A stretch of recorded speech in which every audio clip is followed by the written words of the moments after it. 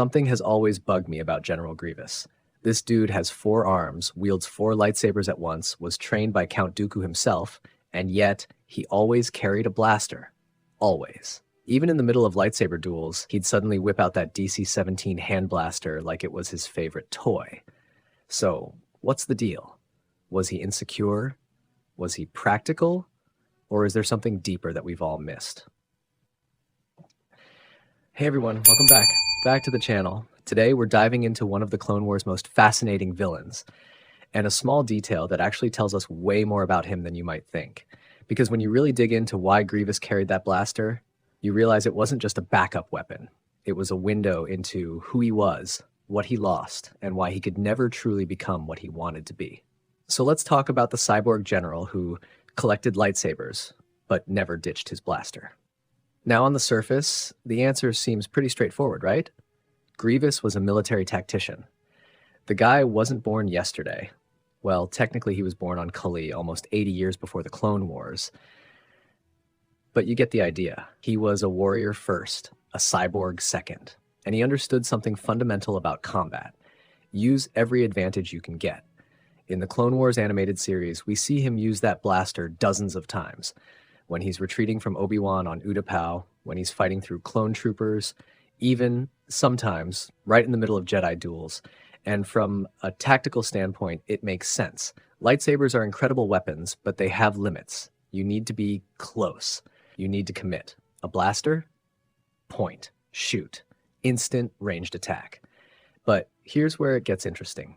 Grievous wasn't just any fighter. He had 4 arms. He could wield 4 lightsabers simultaneously, creating what the Clone Wars novelization called a whirlwind of plasma blades. He could attack from multiple angles at once, something even Jedi Masters struggled to defend against. His kill count included dozens of Jedi Knights and Masters. This guy was terrifying. So why would someone that dangerous, that skilled, that deadly with lightsabers still need a blaster? To understand that, we need to go back to the beginning. Before the metal, before the cough, before he became the monster we know. We need to talk about Qymaen Sheelal. That was his real name. A Kaleesh warrior from the planet Kalee. And from everything we know, from legends and surviving canon references, he was already a legend among his people. The Kaleesh were at war with the Huck, an insectoid species trying to wipe them out. And Qymaen? He became their greatest general. He didn't fight with lightsabers, he didn't use plasma blades, he fought with slug throwers, with blasters, with bone swords. And this matters. Grievous didn't grow up in the Force. He didn't train in ancient temples, he didn't learn about elegant weapons for a more civilized age. He learned war the hard way. Brutal, relentless, survival-based. In that world, a blaster wasn't a coward's weapon. It was a tool, a reliable one that had saved his life more times than he could count.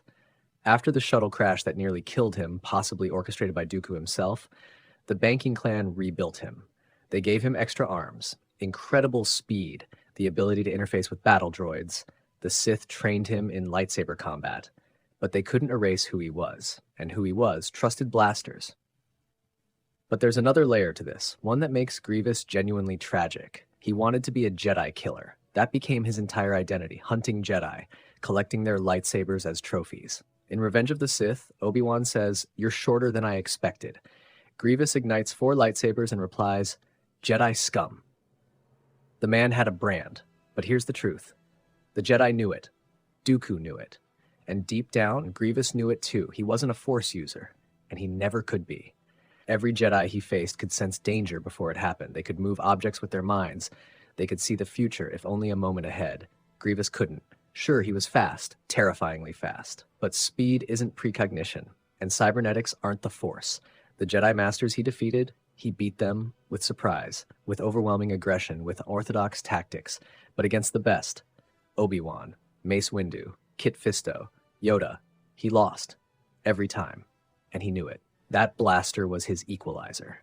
When the lightsabers weren't enough, when the spinning blades failed, when raw skill wasn't enough to win. He had one last option. I don't need to beat you like a Jedi, I just need to beat you. In the 2003 Clone Wars series, there's a moment where he seamlessly switches between lightsabers and blaster fire based on range and positioning. It's not desperation, it's calculation. Professional, cold, efficient, But there's something even deeper here. That blaster represented the warrior he used to be. The general who didn't need the Force, didn't need Sith training, didn't need a mechanical body. Qymaen Sheelal saved his people with tactics and traditional weapons. He was a hero. He was whole. When the banking clan rebuilt him, they didn't just give him a new body. They took almost all of his old one away. In Legends, we learn he begged them to leave as much of his organic body as possible, but they needed a weapon, so they left his brain, his eyes, a few vital organs. Everything else, metal, machinery. The Sith trained him, but never respected him. Dooku looked down on him. Sidious saw him as disposable. Even his own droids treated him like a malfunctioning tool. The lightsabers he carried, they were stolen, trophies from beings he could never truly become. But the blaster, that was his. That was the weapon of the warrior he had been, before the crash, before the surgery, before he became more machine than Kaleesh. Every time he drew that blaster, he was, maybe without realizing it, reaching back to when he was Qymaen, when he was real. Now, let's bring this back to the practical side, because there's one thing Grievous always was, it was practical. There's a reason he survived as long as he did, despite not being a Force user. He was smart, really smart. He studied his enemies obsessively. According to the Clone Wars novels, he kept detailed files on every Jedi he might face, learning their fighting styles, their weaknesses, their tendencies. He knew something crucial. Jedi expected lightsaber combat. They trained for it. They were ready for it. But a point-blank blaster shot, right in the middle of a blade lock, that catches people off guard. In the Revenge of the Sith novelization, there's mention of how Grievous used his blaster specifically to create openings. Fire a shot to force a Jedi to dodge, then rush in with the lightsabers while they're off balance, or use the lightsabers to overwhelm their defense, then fire through a gap they left while focusing on the blades. It wasn't honorable. It wasn't the Jedi way. It wasn't even really the Sith way, but it was effective. And for Grievous, effectiveness was all that mattered. So why did General Grievous always carry a blaster?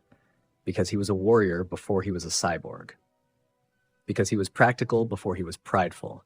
Because deep down he knew he could never truly be what he pretended to be, and he needed every advantage he could get. And maybe, just maybe, because it was the last connection to who he used to be, before the Sith and the banking clan turned him into a monster. That blaster was Qymaen Sheelal's weapon. Grievous just happened to still be carrying it. Thanks for watching, everyone. Let me know in the comments, am I reading too much into this, or does the blaster tell us everything we need to know about Grievous? And if you enjoyed this, hit that like button and subscribe for more Star Wars content. May the Force be with you.